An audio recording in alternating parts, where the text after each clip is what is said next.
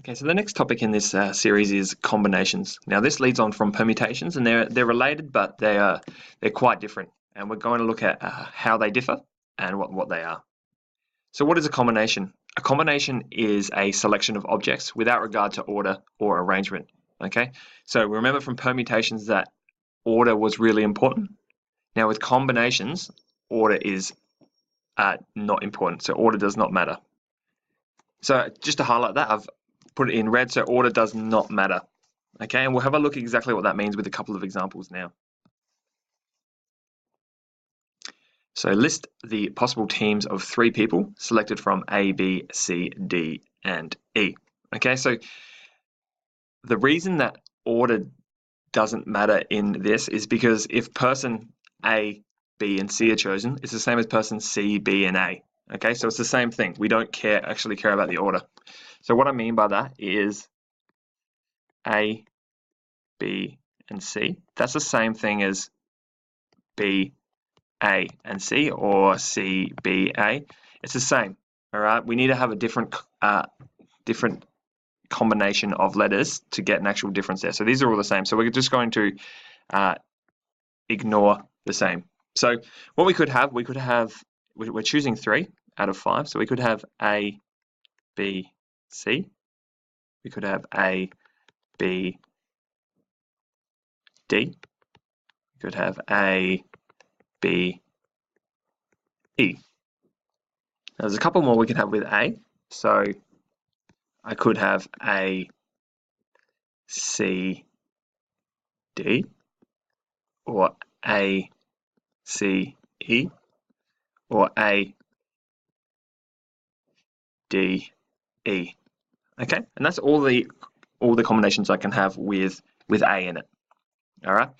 The next thing I could have is just my B. So if I have B, C, D, that's different than what I've had before. I could also have B, D, E, or B, C, E. Okay, now those are all the combinations I can have with B at the beginning.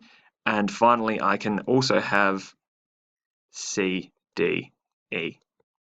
Now, if I use any other of these, there will be a clash, and there will be more, the same amount in each one. So I've got 1, 2, 3, 4, 5, 6. 1, 2, 3, 1. So I have a total of 6 plus 3 plus 1. I have got 10 combinations from what we were given.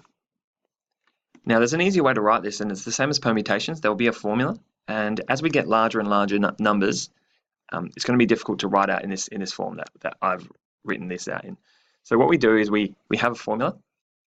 Now, this will look very similar to our permutations formula. So we can write it as CNR or NCR if we put it into our calculator, which will be the same process. Now, there's another way we can write this.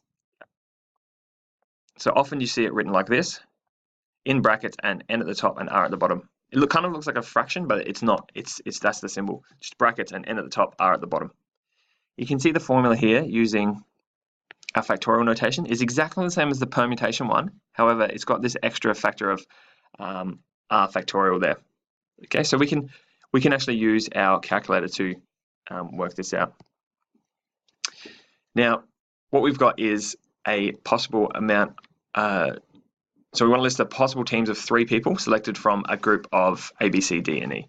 So our total number equals 5. We've got A, B, C, D, and E.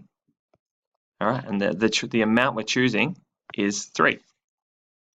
So what we're going to do is we're going to put in the combination of 5, 3, or that's also could be written as 5C3, or we could write it as 5, 3. Okay, all of these mean the same thing. Now what we can do, we could also put it into our formula, n factorial over r factorial n minus r factorial. Okay, or straight into our calculator. We're going to do the latter. We're going to put it straight into our calculator. Okay, so I've got my calculator here, and what we want to do, just remember, we want to press our options button first, scroll across, go to probability, PROB, click on that, and now we see we've got our factorial, we've got our NPR, and we have our NCR. That's our combination. So what we want to do is put our N in first, which is 5, press our C, and then put in our R value, which is 3. So 5C3. Okay, and what we get is 10. Okay, and if we remember back to our original, when we wrote it out in full, we ended up getting 10. Okay, so using the calculator, we've just shown that it is exactly the same.